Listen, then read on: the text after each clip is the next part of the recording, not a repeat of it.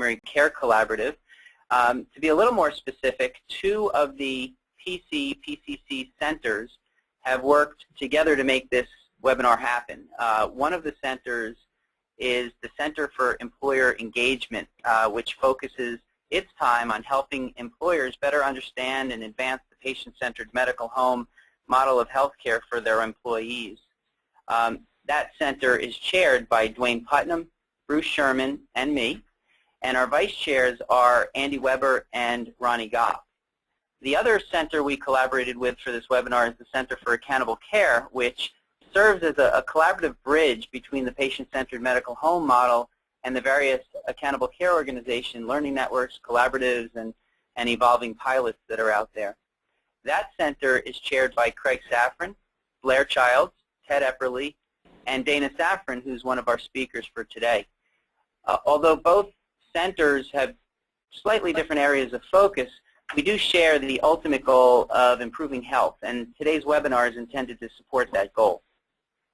We have lots of people on the line today, in the mid-100s right now, but we're expecting probably over 200, and I'll check in a minute or so.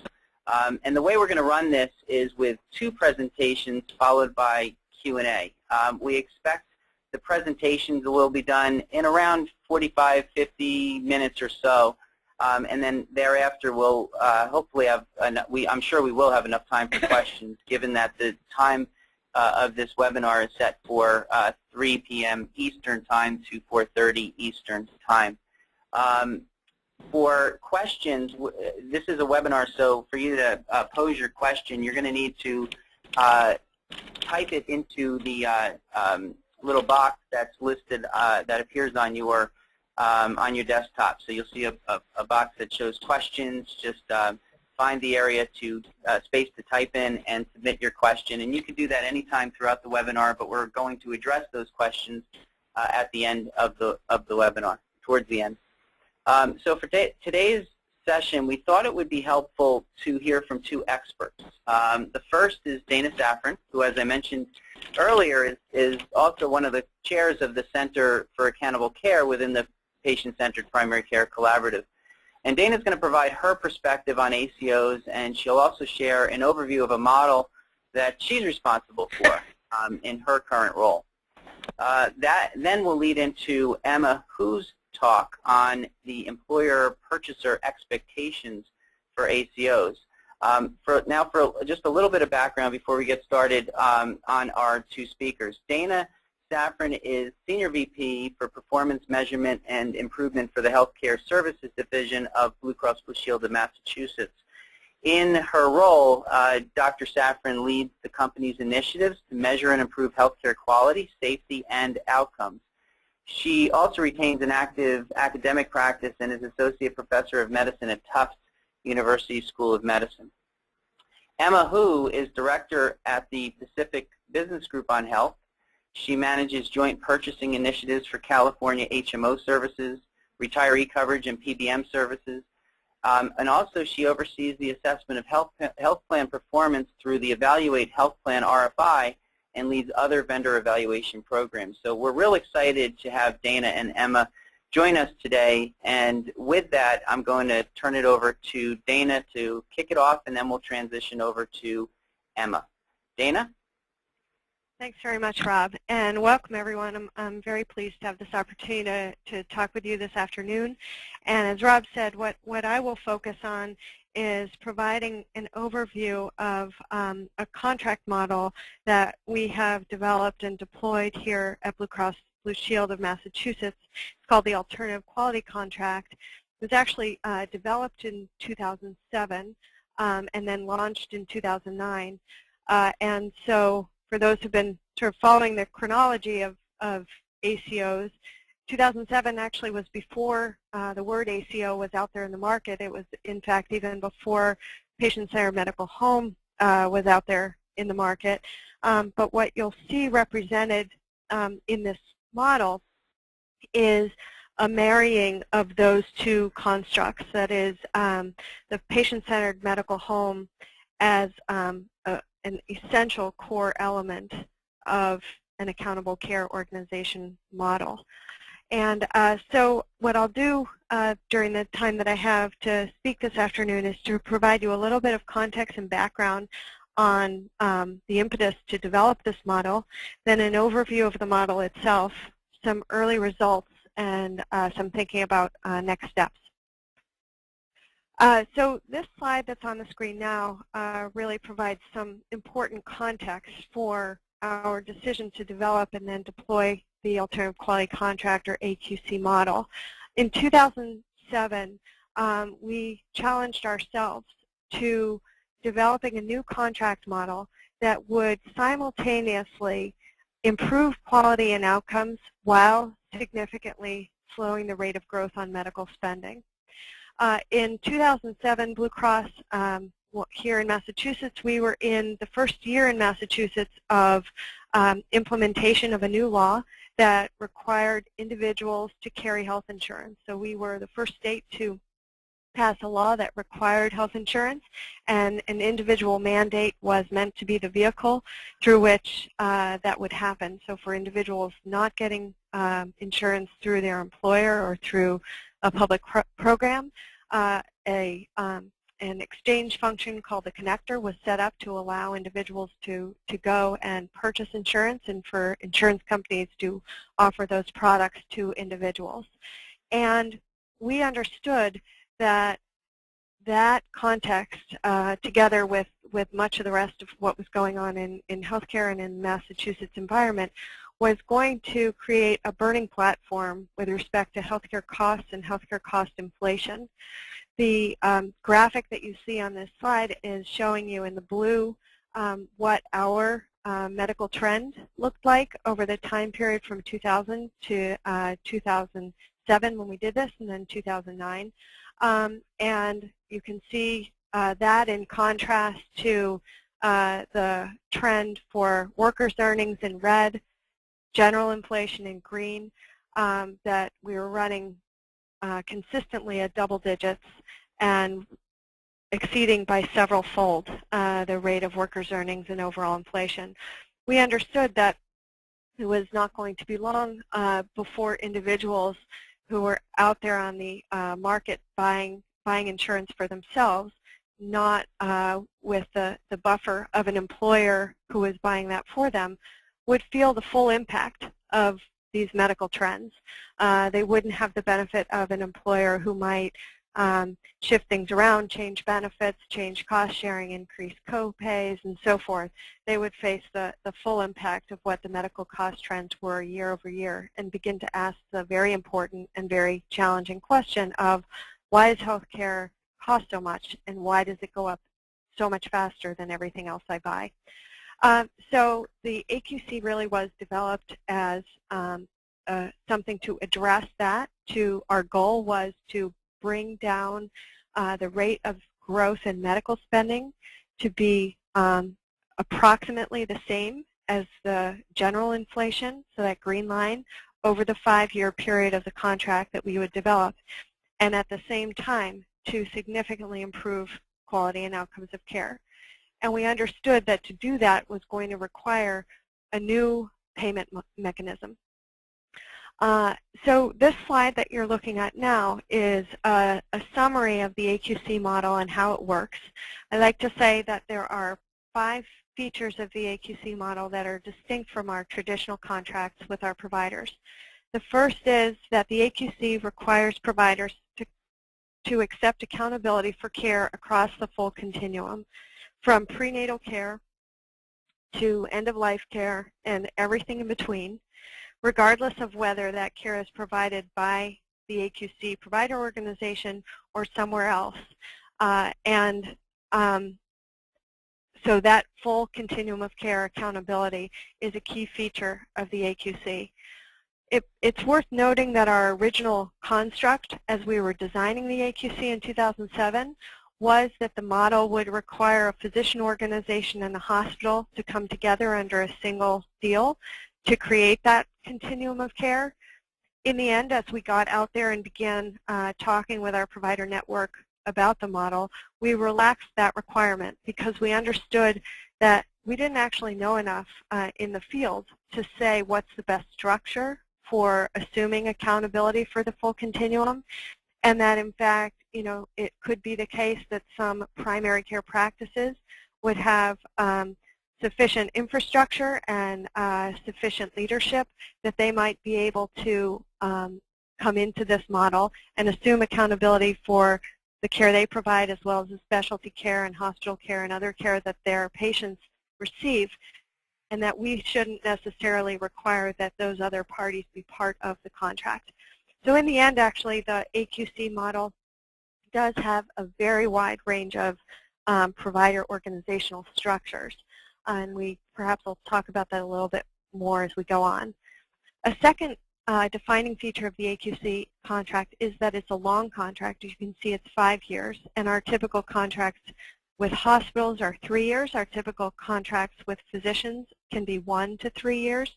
So 5 years is a long contract, and that was because we understood that to succeed under this model was going to require some time, was going to require changes in infrastructure and care processes and maybe staffing and so forth, and that we didn't want either the provider organization or ourselves distracted by a next negotiation looming out in 6 months or 12 or even 18. The third feature of the model that's distinct is that it moves off of fee-for-service as a set of incentives onto a global budget model. That global budget is what's denoted by the dotted line going across the middle of the screen.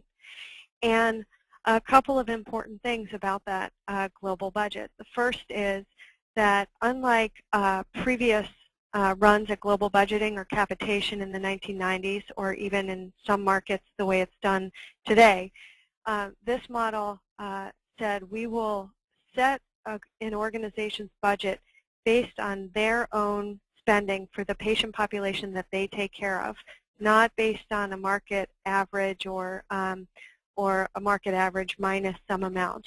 And this was a philosophical decision on our part that it was going to be very important to start provider organizations right where they have been in terms of their spending, so that they would believe and the public would believe that they have the resources available in that global budget to take good care of their patients, that there wasn't stinting going on, and that they do, however, have the incentive under that global budget model to identify where there might be wasteful spending in their system and to extract that waste from the system in order to achieve the shared savings that are available to them.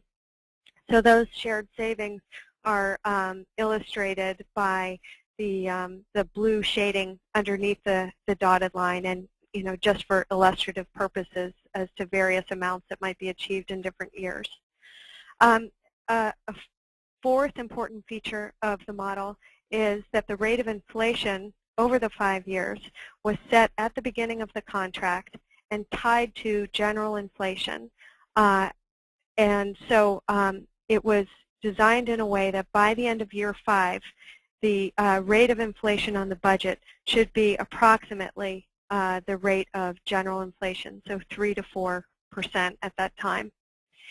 And the fifth and final feature of the model that is distinct from our traditional contracts is that there is a robust pay-for-performance component where provider organizations have an incentive on a very broad set of quality and outcome measures, 65 measures in total that include ambulatory and hospital measures, and for which an additional, up to an additional 10% on the global budget was available to be earned for good performance. And I will say more about the specifics of how those earnings work in a moment. This screen here is giving you a summary of what the measure set is, those 65 measures that I spoke of. So you can see in the columns that there's a set of ambulatory measures and a set of hospital measures. And you can see from the rows that for both of those settings we have a set of clinical process indicators, clinical outcome measures, and patient experience measures. All of these measures are drawn from nationally accepted, very well validated measure sets, and all of them have passed our set of principles and criteria for when a measure is ready to be used in what we've called high-stakes ways, including financial incentives attached to performance. You can notice on this that on the ambulatory measures under the clinical outcomes that those measures are triple weighted.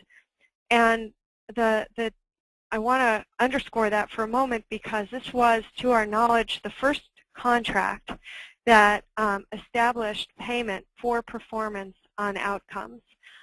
We thought as we went out of the building to start talking about this contract that we would get considerable pushback from providers who would say, you can't hold me responsible for what happens after the patient leaves my office. You know, I can't control those things. And we were prepared to say, we understand that you can't control those things, but you can influence them in very important ways. In fact, we think you are among the most important sources of influence on the patient's adherence to the treatment advice that you're giving them, both behavioral change, lifestyle issues, and medications. And we're going to hold you accountable for exerting the influence that we think that you have. As it turned out, the early adopters of the AQC not only quickly accepted accountability, but asked us to make those measures count more. And that really told us that we were having a very different conversation. And we followed their advice to make them count more. Excuse me. And that's why you can see that the measures are triple weighted. This slide here, excuse me. This slide here is an indication of how the payment model has worked, and this is the payment model for the original AQC cohorts. And what is reflected here is that for performance, well, let me back up for a moment to say that with each of the performance indicators, there's a range of performance targets that are set in absolute terms. And what I mean by that is rather than defining performance in relative terms, you know, a network average or a national 70th percentile, we felt it was extremely important to define the performance targets in absolute terms. And we used a fairly sophisticated statistical methodology that allowed us to do that and to set what we call gates. So gate 1 was set at an absolute score that we believe represents the beginning of performance good enough to receive additional financial reward. And what we call gate 5 was set at an empirically derived number that represents the best performance that can be achieved for a population at the level being measured, so medical group or hospital, depending on whether it's an ambulatory or a hospital measure.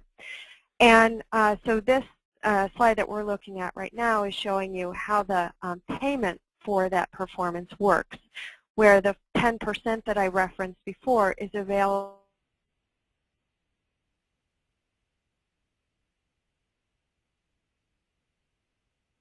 performance on every single measure in that broad set of measures, 65 measures. For an organization that's at the other end of the continuum, performing at gate 1, the beginning of performance we think is worthy of additional financial reward, they would be earning 2%. And you can see that the curve there is not a linear one, but modulated in a way that is intended to emphasize improvements at the beginning and the middle of the continuum and de-emphasize the improvements at the last leg of the journey from gate 4 to gate 5. This next slide is showing you how the AQC growth has occurred.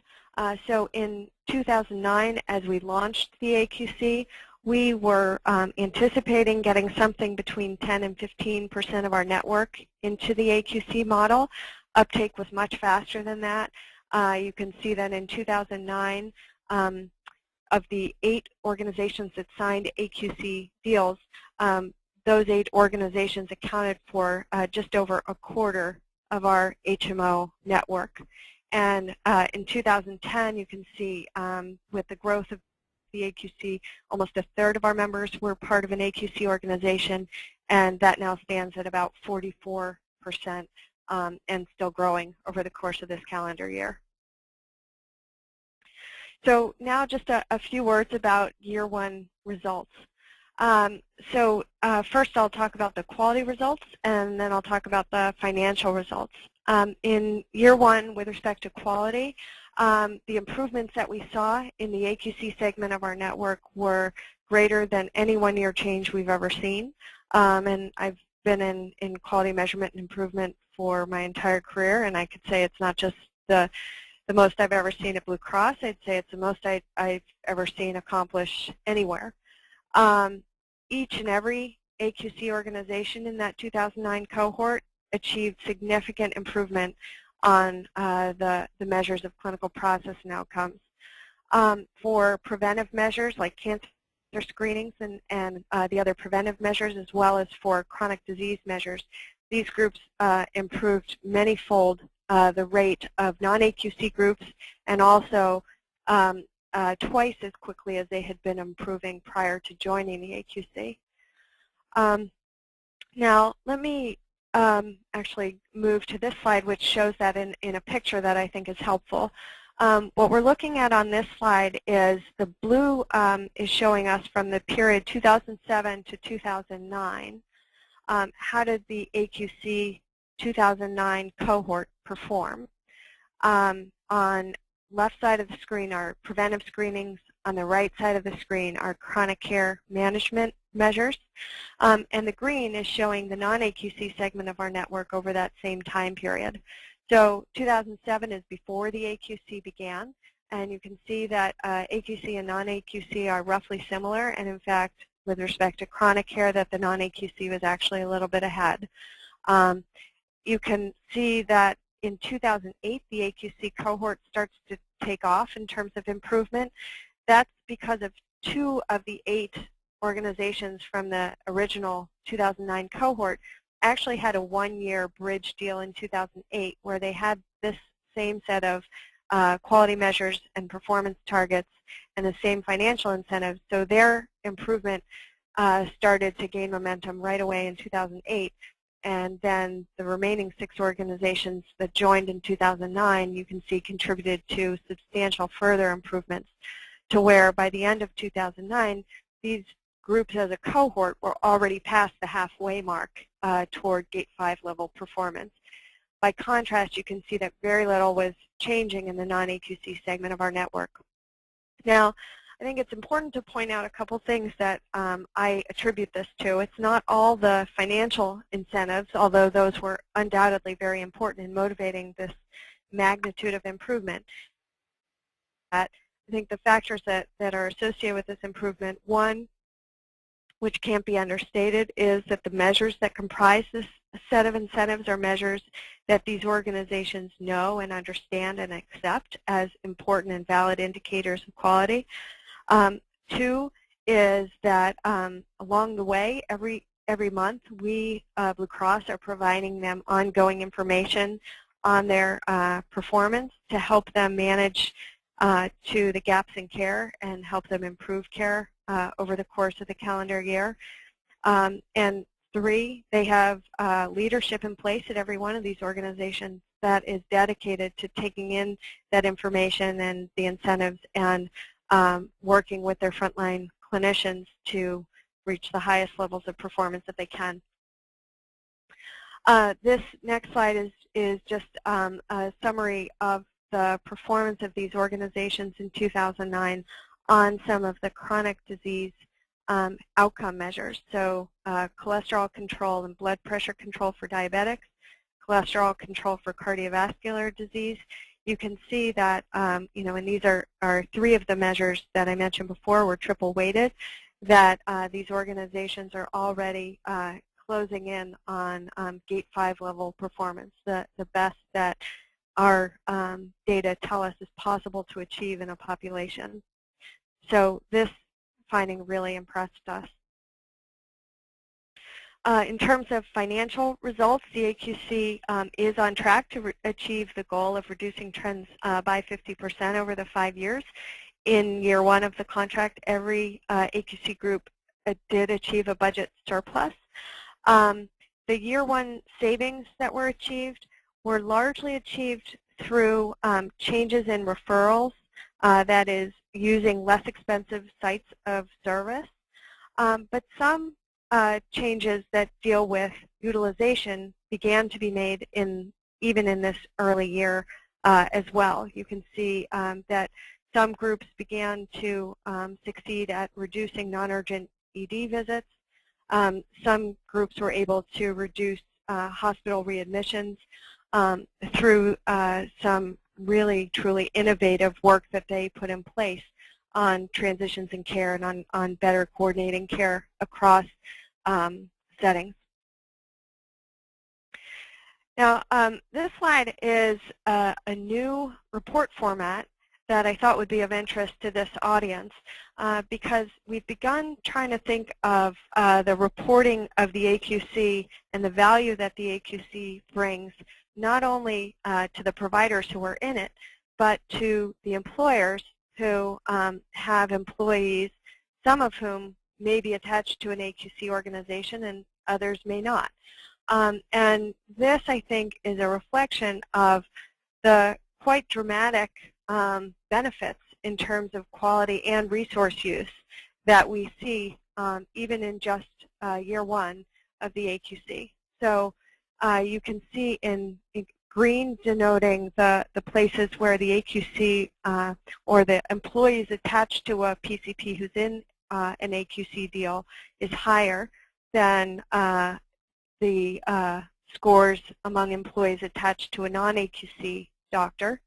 And you can see that for virtually the whole set of quality measures on the ambulatory side, we are getting significantly better quality for employees who happen to have an AQC doctor. It seems that at least on my screen, it doesn't go all the way down to show you all of the resource use measures, so I don't know whether you've got a full view there, but what we're also aiming to do is to provide employers with information not just on how the AQC is performing with respect to quality, but how it's performing with respect to things like non-urgent use of the emergency department, readmissions, hospital days per 1,000, and so forth. I think in the interest of time, I'm going to, well, let me just say a couple of final words about the kinds of data that we are providing to the AQC organizations to help them identify potential areas of savings below the line. There are many, many ways, I referenced this earlier, that we are providing data and support to the AQC providers, understanding that this model has incentives that are about 180 degrees from what a traditional fee-for-service contract would have, and in particular that they may have very little experience thinking about where there might be waste in their system and how they might act on that waste. So one of the ways that we do that is by helping them identify what we call practice pattern variations. And we do that using a methodology that was developed by Dr. Howard Beckman, and that really tries to leverage the observations made over decades by Jack Wenberg and his colleagues at Dartmouth. But it tries to take that observation about practice pattern variations off of maps and put it in clinically specific terms that are relevant to individual doctors and how they practice. And the way that it does that is to take a condition narrowly defined and to look at the care of that condition by physicians in a particular specialty, so let's say primary care, but not blending two specialties, not primary care and cardiology, within a market. And so the graphic that we're looking at on this slide, which comes from a Health Affairs article by Dr. Beckman and his colleagues, is taking the example of hypertension and hypertension treated by PCPs to see do PCPs differ in how much they spend over the course of a year taking care of hypertension? And the answer to that is yes, they do. Even within the same market, they differ by 3- or 4-fold. And then unpacking the episode to try to understand what the drivers of those differences in spending are. And what they found in the case of hypertension is that, the blue bars represent labs and other kinds of tests, and those don't appear to be very different. The use of office visits, including to the PCP and to specialty referrals, not very different, but very big differences in spending on pharmacy.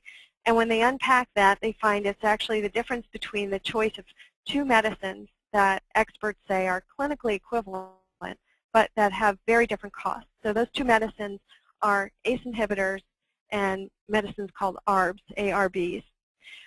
And so what this next slide is showing you, and the way that we use these data, is once we identify that key driver of differences in spending, we then plot it out to show individual physicians. Each blue dot on this screen here is representing an individual PCP in our network, and what percentage of the time he or she prescribes the more expensive medicine, the ARB, as opposed to the ACE inhibitor, when using one or the other of those medicines for their patients with hypertension.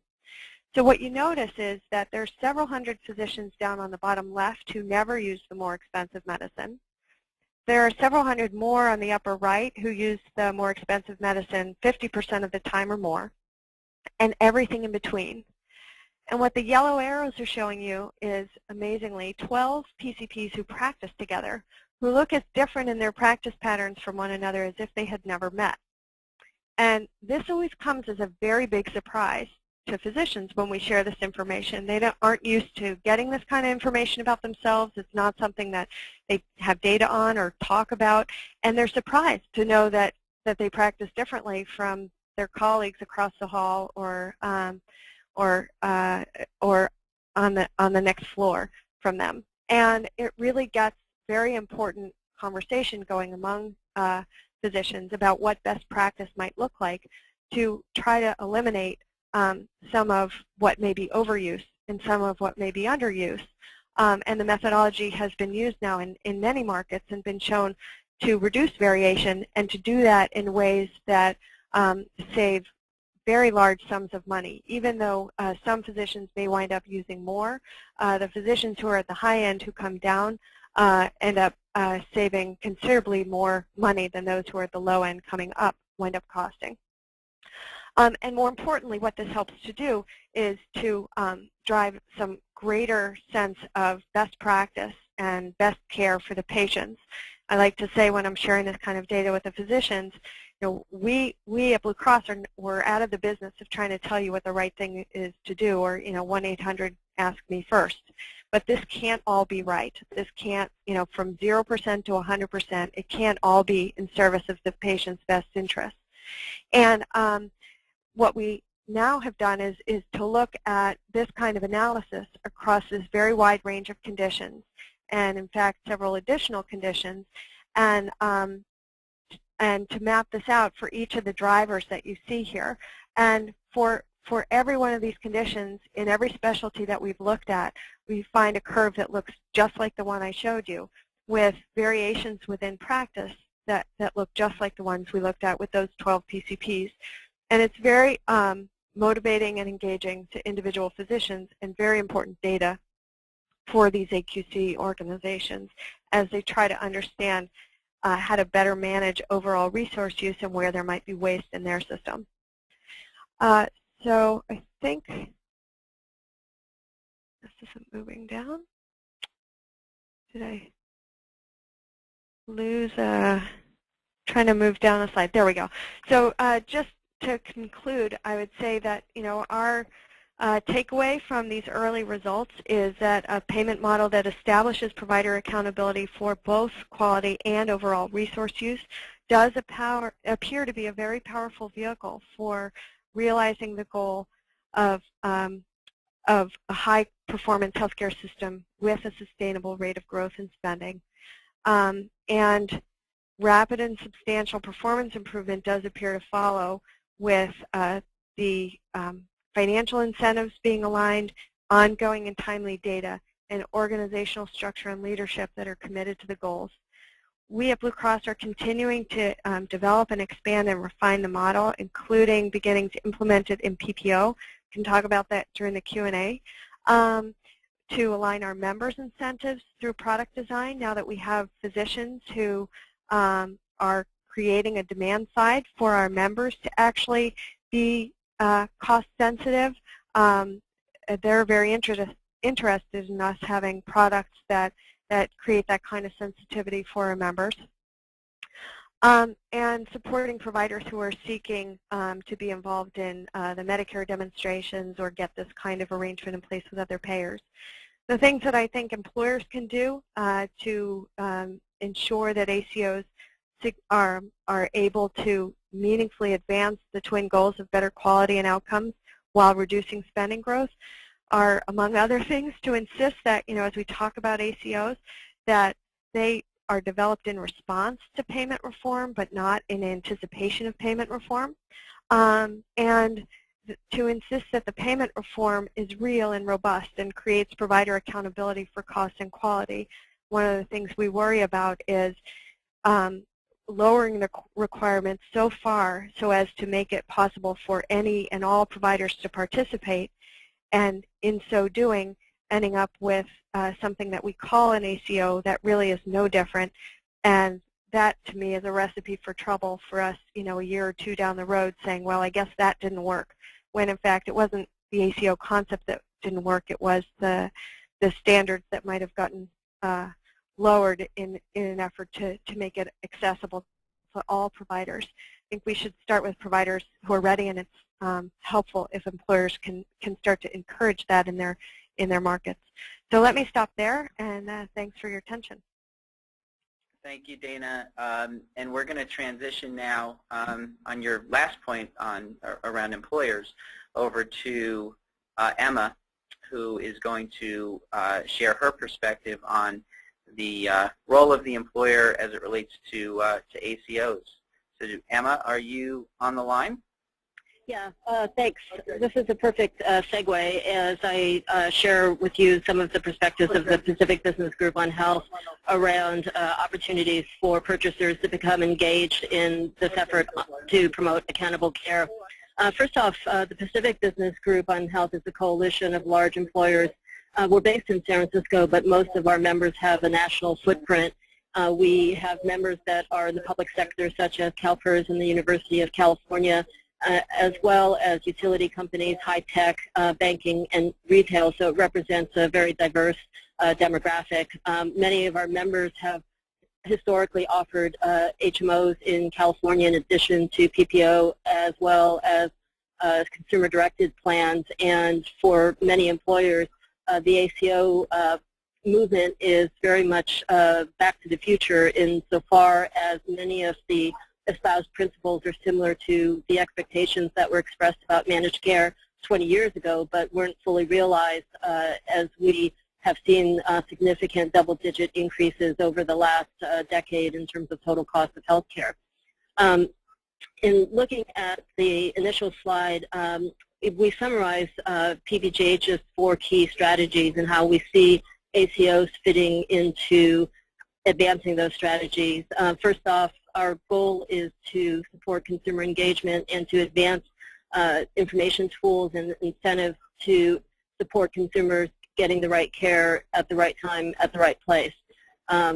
Similarly, paying for value, to echo what Dana just said, it's critical that the provider incentives are aligned such that they are rewarded for quality and efficiency, not quantity, which is typically the fee-for-service impact in most of today's payment structures, both in Medicare physician payment as well as PPO payments that are not necessarily geared towards managing the total episode of care. We also see a huge opportunity in the ACO movement to advance the redesign of care delivery, to support the healthcare system, to provide better service, to use expanded capabilities from physician extenders, as well as achieve better outcomes at the end of the day at a lower cost. We also at PBGH have been focused on advancing value-based policy, that is driving elements in the health reform legislation as well as regulations around a range of activities that would advance value-based payment, quality transparency, as well as mechanisms to align public and private sector efforts both in quality reporting and in payment. Moving to the next slide on why purchasers should care about ACOs. I think overall there's a lot of alignment in the goals of the Medicare Shared Savings program and the national quality strategy relative to what employers are trying to drive in managing their payer relationships and improving the care that their beneficiaries receive. First off, broadly, we have in common the goals of advancing the triple aim to improve care experience and quality, to reduce costs and improve value in healthcare, as well as improving the health of the population. As I noted earlier, we see opportunities through the ACOs to redesign healthcare delivery to provide care that's more efficient and based on what the member needs at the time of service. We also want to advance provider accountability through outcomes measurement and payment that rewards results rather than fee-for-service incentives that we have seen help contribute to some of the high costs we experience. Similarly, along the opportunities to align payment, we see opportunities in areas such as the Partnership for Patients to advance patient safety and reduce readmissions, also opportunities throughout the hospital value-based purchasing program that was launched recently by Medicare, as well as efforts to promote payment on an episode basis and managing the total cost of care in a range of different product lines. And I'll talk more about that later. The next slide summarizes the principles that we have articulated for ACOs, and I think this set of principles not only applies to ACOs, but also to health plans and any delivery system that seeks to improve value and provide quality care. At a global level, we recognize that there needs to be much greater transparency and information that's available to consumers. And we also expect that ACOs need to be focused on outcomes, much as the program that Dana described weights outcomes heavily, as well as sets specific targets around thresholds of performance. This is an area where we see there's huge opportunity to improve overall performance and raise the bar. An important element of much of the design of the Medicare Shared Savings Program, as well as ACOs in the commercial environment and primary care medical homes, is an effort to become much more patient-centered and to provide services that focus on an individual's preferences as well as risk tolerance and supports their decision-making with better information and is tuned into patient preferences. ACOs must also pay for quality, not quantity, as well as address overall affordability. At the same time, one of the critical elements is that while many of the large provider systems are most equipped to accept risk and also become ACOs under the federal regulations, we have considerable concerns that we work towards maintaining a competitive marketplace. And last but not least, ACOs must demonstrate meaningful use of health IT. Moving on to the next slide, I will drill down into each of these areas and talk a little bit in detail about some of the opportunities we see in the marketplace and where we've seen progress among some of the payers in California as well as nationally. With respect to performance transparency, one of the huge opportunities we see is collaboration and measurement. Dana shared some really interesting slides around provider performance and showing the variation, and it's often the case that in a smaller provider system or in a plan that has less market share than Blue Cross Blue Shield of Massachusetts, that in order to come up with credible measurement of providers, we really need to bring together data to combine results and provide information that is actionable at the individual provider level. At the same time, we believe that there needs to be better information that is available to consumers. Consumers have currently had access to health plan HEDIS information, CAHPS information, medical group information, but really their decisions are at the doctor level and in choosing a particular treatment. So ultimately, we need to provide quality information at the level that consumers care about. We also want to have greater transparency around provider financial arrangements and the portion of payment that's linked to performance. We have seen significant efforts to support cost calculators and greater transparency around the bundling of services and the overall out-of-pocket exposure that consumers have. Some of our members, like Safeway, have introduced tools like Castlight to make available information to help individuals choose providers that are more cost-effective. And we see this as a huge opportunity not only within ACOs, but also across health plans, across different product lines to help consumers choose services that deliver better value and to choose providers that are more cost-effective at the end of the day. Moving on to the next slide, Dana described at length some of the measures that they are using, and I think the kinds of metrics that we have espoused are very similar and aligned with the alternative quality contract objectives.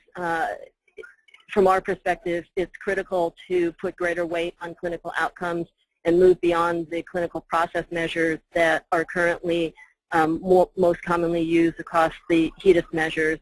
We also see opportunities to look longitudinally at outcomes and also to assess functional status, looking at registry-based information around patient experience, patient outcomes over the course of a year, if their improvement after a service results in meeting their expectations around their functional capabilities, if they're able to return to work, if they're able to walk without pain, any range of outcomes that a member has in mind going into the healthcare system. Of course, appropriateness is also a critical concern, not only the site of service, but also the appropriateness of care. Patient experience, we want to move beyond the information that is captured in CAHPS around the patient experience with the health plan to looking at patient experience in their doctor's office, as well as with various interactions with customer service, claims processing, and all the details that add up to their ability to navigate the system.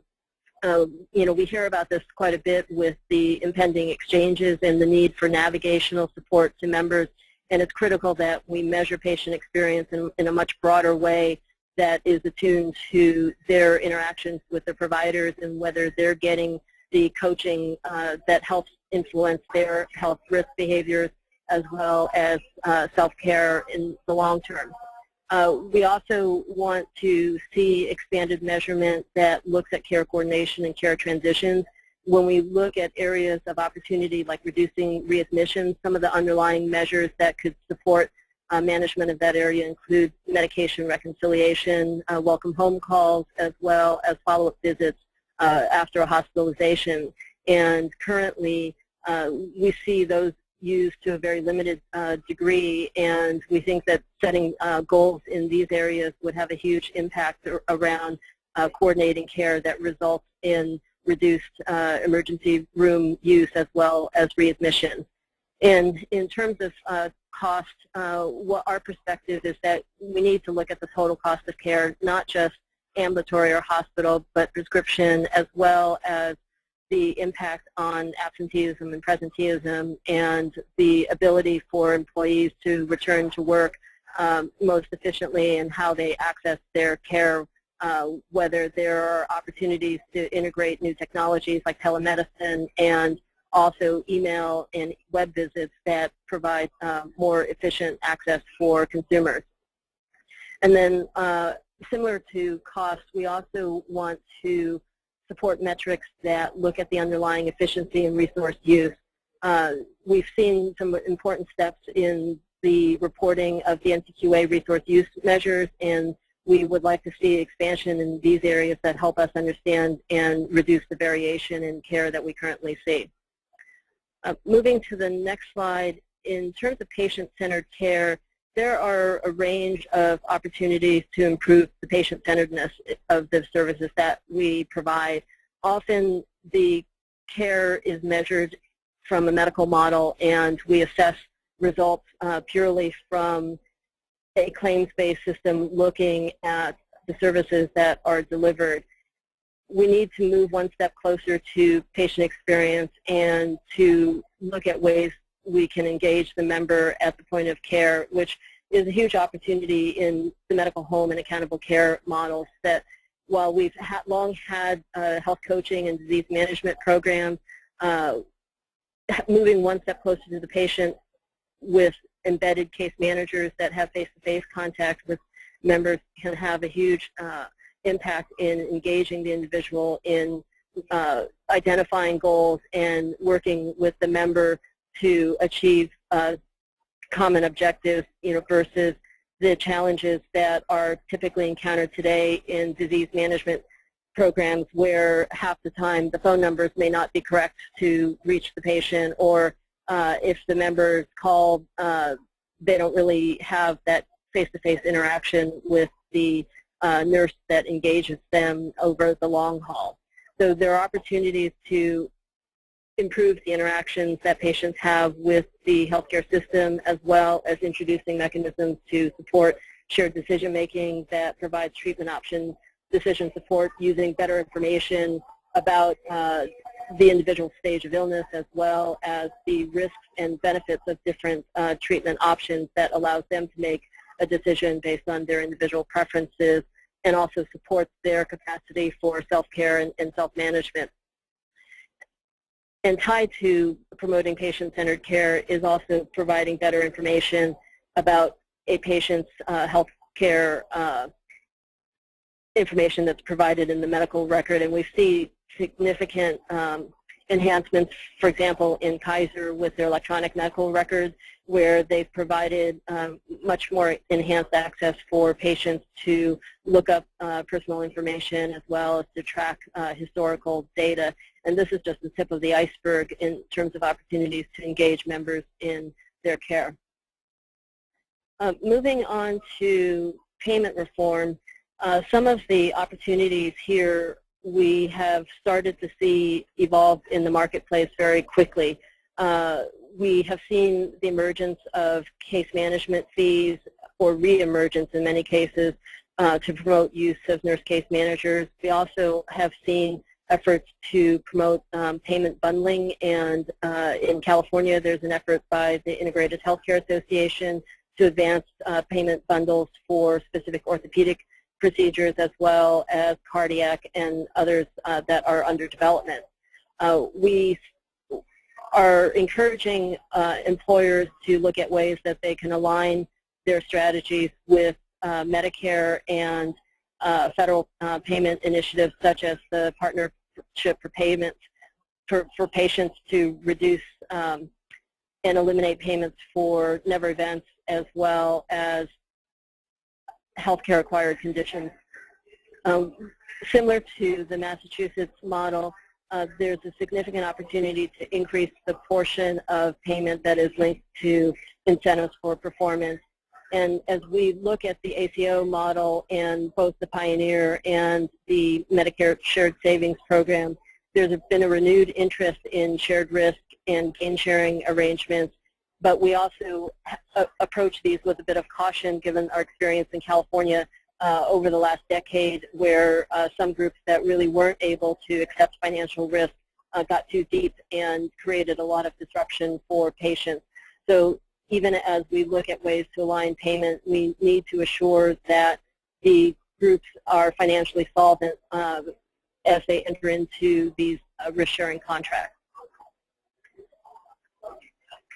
Moving on to the next slide on affordability and cost, I think this goes without saying that this is the crux of access and expansion of coverage in the exchanges and the other programs of the Affordable Care Act.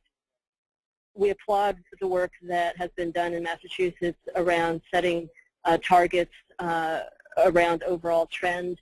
I think one of the challenges that we have is that even in Massachusetts, where you're starting with a pretty high cost baseline, much of the care is unaffordable to individuals. And as we look to expand care in California and other markets, this is a critical issue.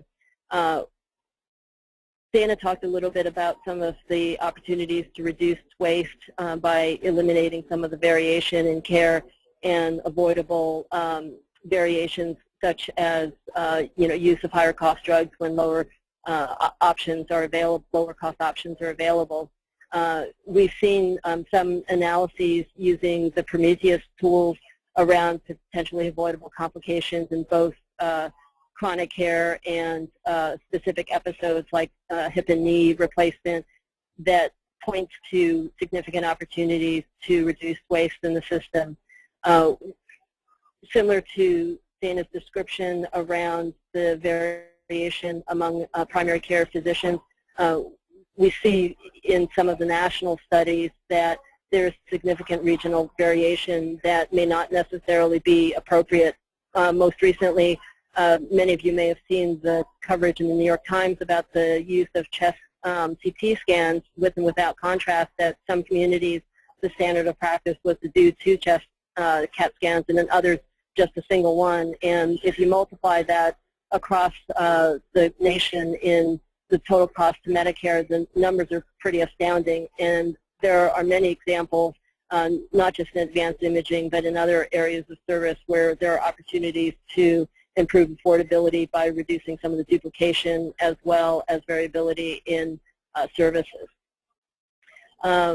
Moving on to the next slide, earlier I discussed the importance for purchasers as well as plans to promote a competitive marketplace. One of the major challenges we have had in both the Massachusetts and California markets is the ability for purchasers to develop high-performance networks with their carriers that allow members to choose higher value providers at an individual facility or practice level, access to comparative performance information.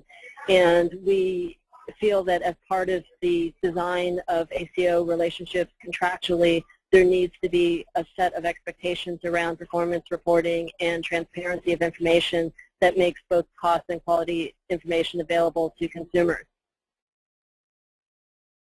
Importantly, in some markets we have seen legislation emerge to limit these contractual prohibitions, but at the same time there needs to be a significant demand around the consumer's right to know around cost and out-of-pocket liability, as well as quality information that would preclude opportunities to differentiate providers. And then moving into the last principle, but not least, is the meaningful use of health IT. A lot of the opportunities to reduce variation in care and to improve cost rely on greater efficiency in the care that's delivered, reducing some of the duplication in services, as well as improving the quality reporting that is possible from EHR-based data compared to just claims alone. Some of the key elements around the meaningful use incentives include exchange of information not only with the patient but also among providers to make care more efficient and to facilitate transfer of information as members move through the care system.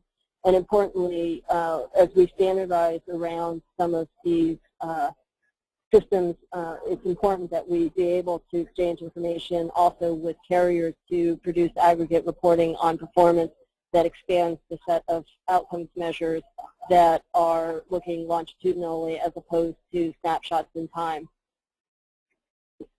Next, I'm going to talk about some specific examples in the marketplace and some of the opportunities that we've seen some of our employers undertake to advance not only accountable care organizations, but medical home models and approaches that provide embedded case management to support high-risk members.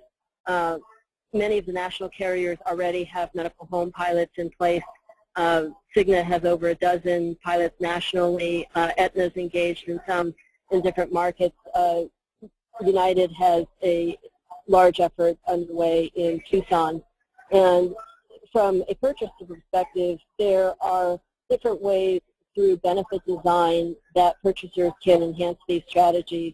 In the first example on care delivery reengineering, I'm going to talk a little bit about an effort that Boeing launched in Seattle that we're also expanding in California that entails a intensive interaction with high-risk members that provides case management support and 24/7 access to individuals that are identified through predictive models to have high cost and high intensity services, in some cases not just chronic conditions, but also conditions that require significant follow-up care. In that model, we see also opportunities to steer patients to practices that have nurse case managers that can provide more comprehensive support to these patients in between the doctor's office visits, as well as provide information and engage the members in managing their care more effectively and helping the patients set goals to improve their risk and reduce some of the triggers that would lead to emergency room visits or hospital admissions. On the payment side, I mentioned United as one example of a model with fee-for-service plus per member per month payments. We also have seen Anthem introduce such a model in Southern California with 2 medical groups where they are launching an ACO pilot with Monarch and healthcare partners to provide coordinated services for 70,000 insured PPO members. In other opportunities along this continuum of advancing payment reform, we also have an effort in California to promote bundled payments that Aetna and Cigna have been engaged in, such that the providers are at full risk for specific episodes and coordinate the care both at the hospital and ambulatory level. In value-based benefit design, we've seen a lot of employers approach this through modified copays to improve access for members. What's emerging also are strategies to promote reference pricing where, absent the ability to tier networks or create better transparency around networks based on performance, some purchasers such as CalPERS and Safeway have launched programs that set a price for benefit coverage around specific services, whether it's hip and knee replacements or colonoscopies. They have conducted significant analysis among their population, working with their carriers to identify what is a reasonable threshold above which there is much higher out-of-pocket cost to members, and the result is an incentive for members to use the providers that are designated as being under, on average, the reference price point.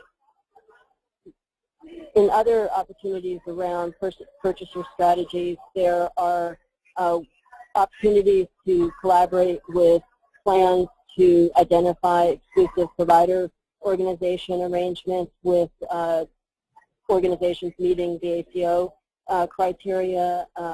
Potentially, we could imagine a network of ACOs across the state that would enable employers to differentiate benefits for members that use the high-performing providers within those networks. So there's a range of opportunities that employers can undertake even today as the ACO organizations are developing and emerging, but there are a number of ways that purchasers can position themselves over the next few years to take advantage of the evolution of these organizations in the market.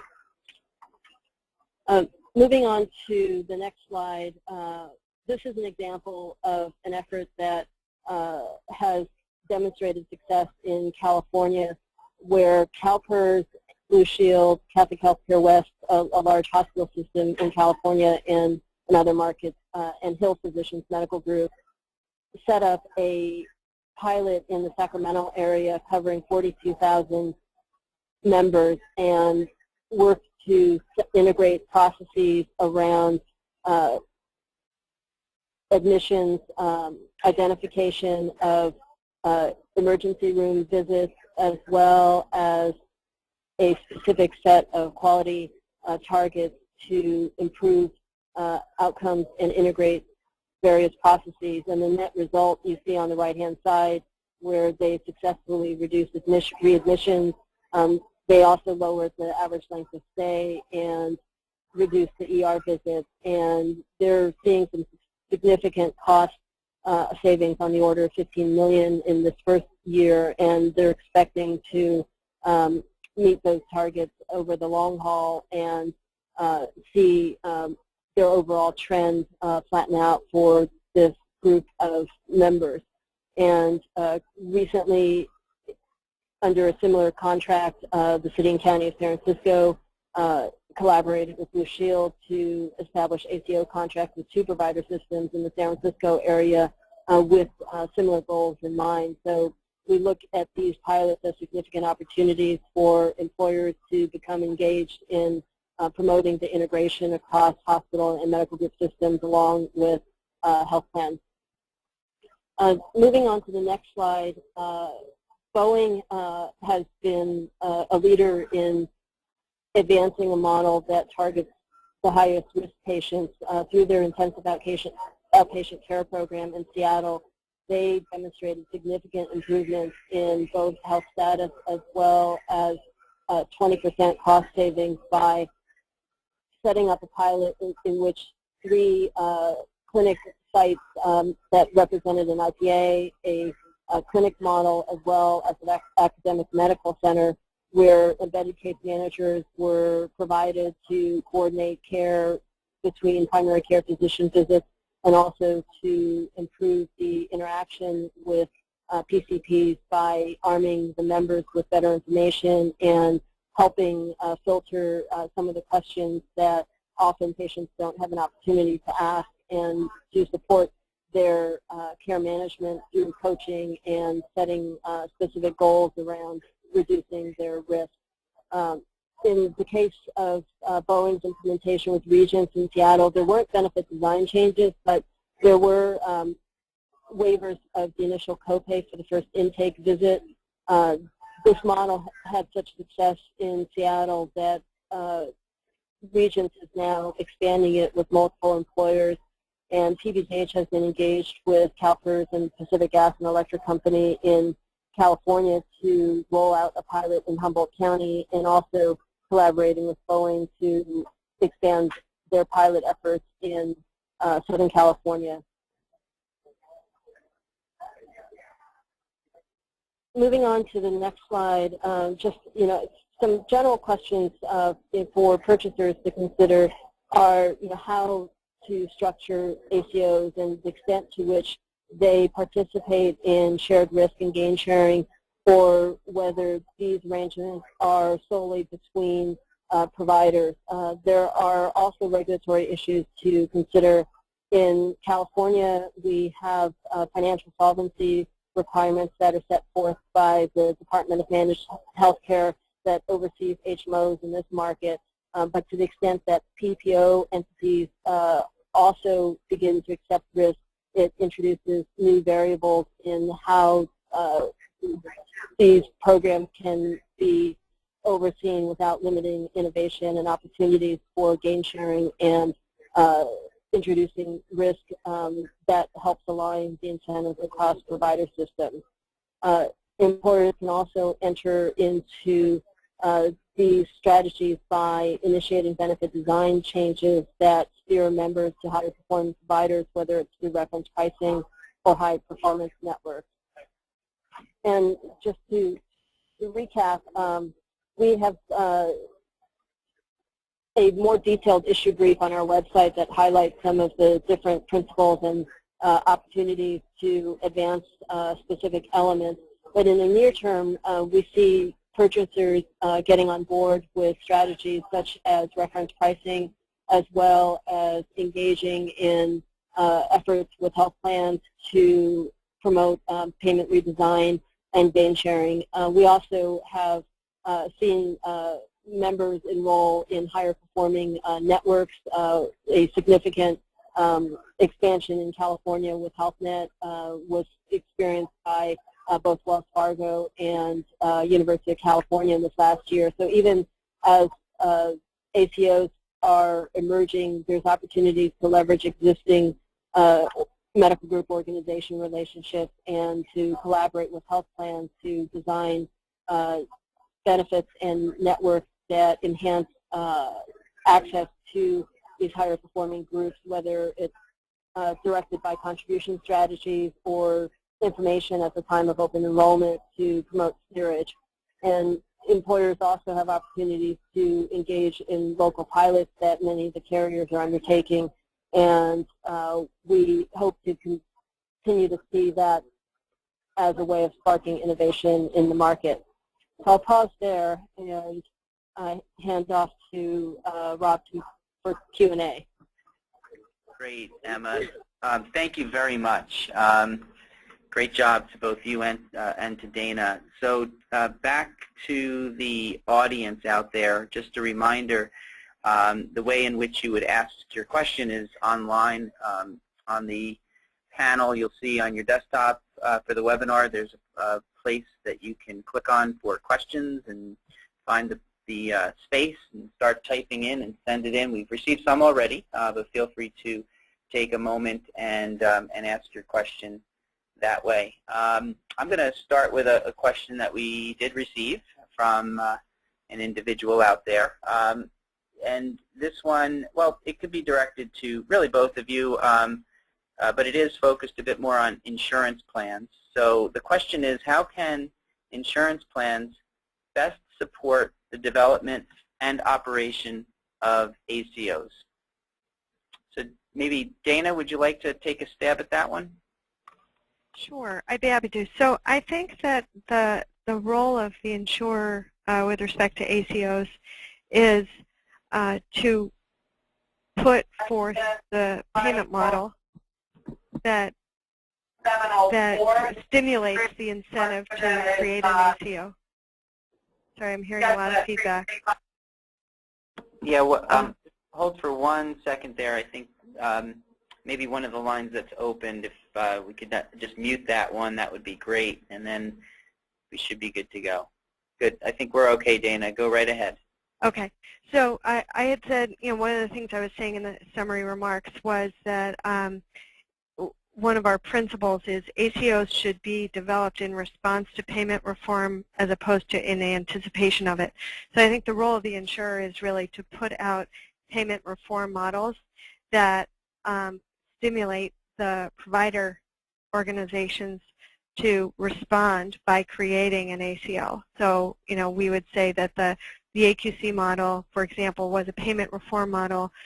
It led to organizations forming what we and I think others consider to be accountable care organizations. They are accountable through the payment model that we put out there for total medical expense and for quality and outcomes. Great, Dana. Thank you. And before I ask the next question, just in case we hit up against the 4:30 Eastern time frame here, I want to make sure everybody knows that they can go to pcpcc.net and access this this session from today. Again, pcpcc.net. So another question here regarding the successes that were mentioned revolving around case management. Do you see any funding coming from case management coming from, let me rephrase that, do you see funding coming for case management from payers and the government? Well, I'll answer from the payer perspective. What I think that the AQC model and other payment reform models do is to create a very strong incentive for case management to happen within the care delivery system, as opposed to having it happen as an add-on that payers invent to compensate for things that might not be happening under fee-for-service incentives. So do I see payers creating funding for case management? I think that what we're probably not directly, not additional funds for that single line function, but I think a payment model that appropriately stimulates the creation of an ACO by creating accountability for total resource use is a model that has providers very quickly realize that one of the most important things that they can do to manage overall resource use is have strong and effective case management programs in place. Thanks, Dana. And I think that's for looking at these options in the Medicare environment where, even with the new rules coming out for comment around the physician payments, potentially, as an example, we see the addition of HRA, Health Risk Appraisal Administration, into the new mix based on the work that was recently conducted by the CDC. So never say never in terms of the expansion of covered services, but in looking at the total dollar expenditures, I don't think that we necessarily can add a lot of new procedures for payment without balancing the overall total cost of care to bring together lower costs in areas where there are dollars being wasted. Thanks, thanks, Emma and Dana. Another question here: what do you both see in terms of pharmacists playing a role here within the ACO in terms of improving outcomes, lowering overall healthcare costs? What's your perspective on the role of the pharmacist?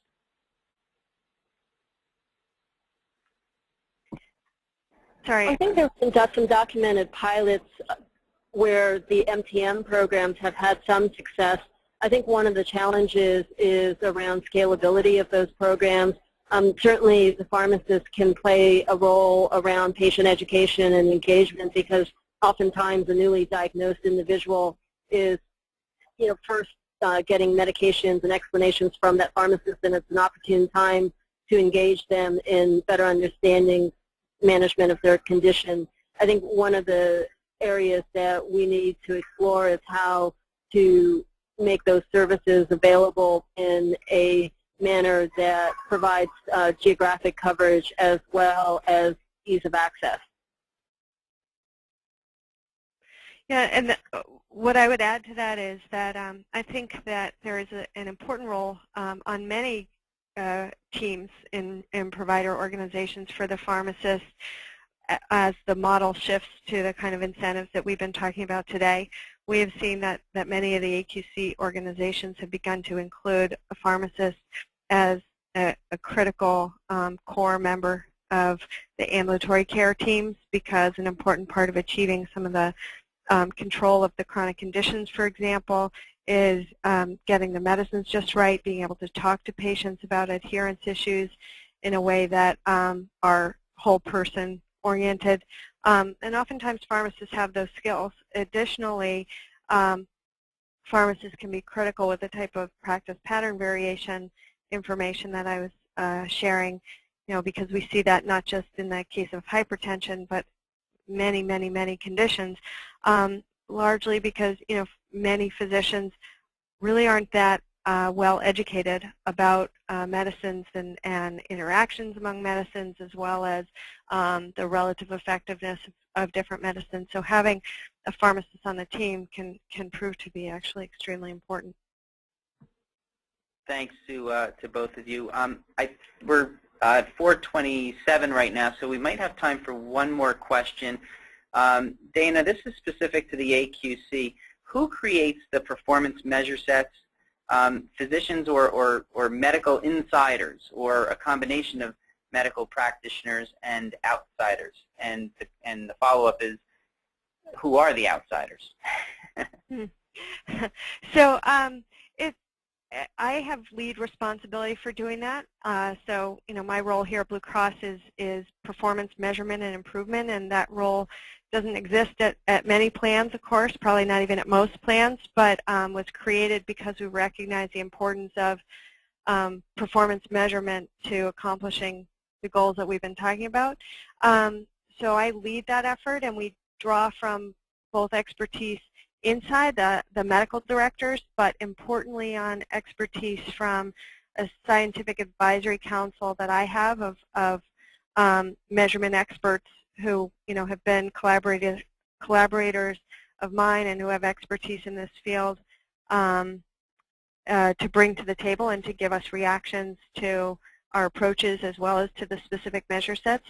And then the provider organizations that are coming into the AQC, when we first began the AQC, they actually had, we had sessions with those who we knew would be early adopters to get their reactions to the measurement portfolio that we were putting forward. And I talked about the recommended change of upweighting the outcome measures. There were very few additions and no deletions really that they suggested, but each year we continue to engage the AQC providers in what we call developmental measures, new things that either are in the process of being developed and we think they should be brought in and validated, not where we're paying for performance, but where we're paying for participation.